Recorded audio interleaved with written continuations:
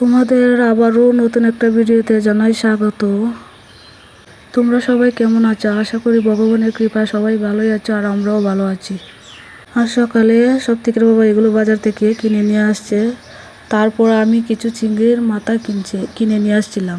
এই চিংড়ির মাথা দেখে সবথেকে বাবার তো ভীষণ রাগ। ও আমাকে বলছে, তোমাকে কি আমি চিংড়ি মাছ কিনে খাওয়াই না? তারপর আমি বললাম, সবাই দেখি এখানে কিনে, আমরা একবার খেয়ে দেখি না কীরকম লাগে।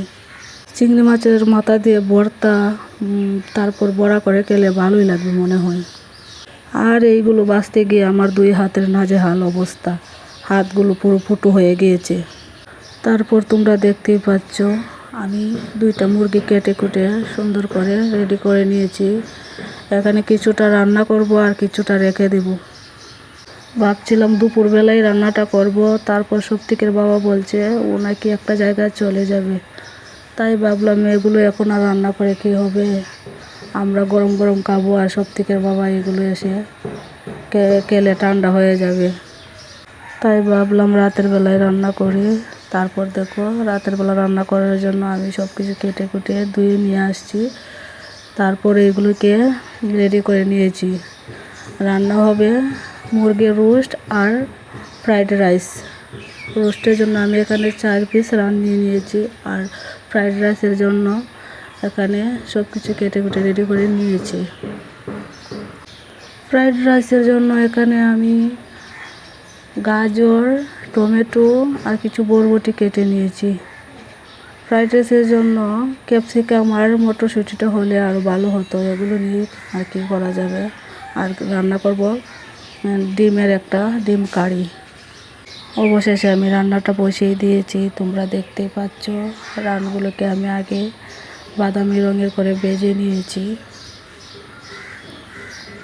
যখন আমি রান্নাটা বসিয়েছি তখন প্রচুর বৃষ্টি হচ্ছিল আর বাতাস। তখন একবার কারেন্ট আসে আর একবার যায়। ভিডিওটা আমি ভালো করে করতে পারিনি যদিও বা, তারপরে চেষ্টা করেছি ভিডিওটা একটু ভালো করে করার।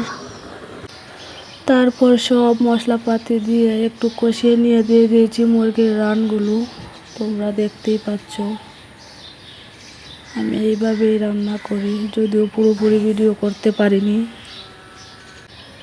কষানো হয়ে গেলে দিয়ে দিয়েছি পানি। পানি দিয়ে কিছুক্ষণ নাড়াচাড়া করে ঢাকনা দিয়ে ঢেকে দিয়েছি, যাতে করে ভালো করে মুরগির রানগুলো সেদ্ধ হয়ে যায়। তোমাদের সাথে কথা বলতে বলতে আমার রান্নাগুলো হয়ে গিয়েছে। এইদিকে দেখতে পাচ্ছ, আর ওই দিক দিয়ে ফ্রাইড রাইসটাও রান্না হয়ে গিয়েছে। তোমরা দেখে নাও আমি কি রান্না করেছি। সবথেকে যখন মোটামুটি খাবার খাওয়া শিখে গেছে তখন থেকে আমরা মুরগিটাই বেশি নিয়ে আসি, কারণ সবথেকে অন্য মাংস খেতে একটু সমস্যা হয়, শক্ত থাকে বলে, তাই মুরগিটাই নিয়ে আসি। যদিও বা সবথেকের বাবার মুরগিটা আবার বেশি পছন্দ না।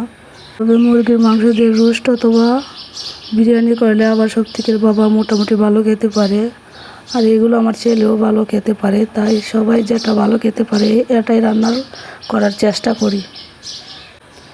আর এদিক দিয়ে দেখো তোমরা, আমার ছেলের জন্য ভাতটা রেডি করে নিয়েছি। ওকে আগে খাইয়ে দেব, তারপর আমরা খাবো। সবথেকে আবার মাংস রান্নাটা যে কোনোভাবে রান্না করি, ওরা আবার ভীষণ প্রিয়। সবাই ভালো থেকো, সুস্থ থেকো।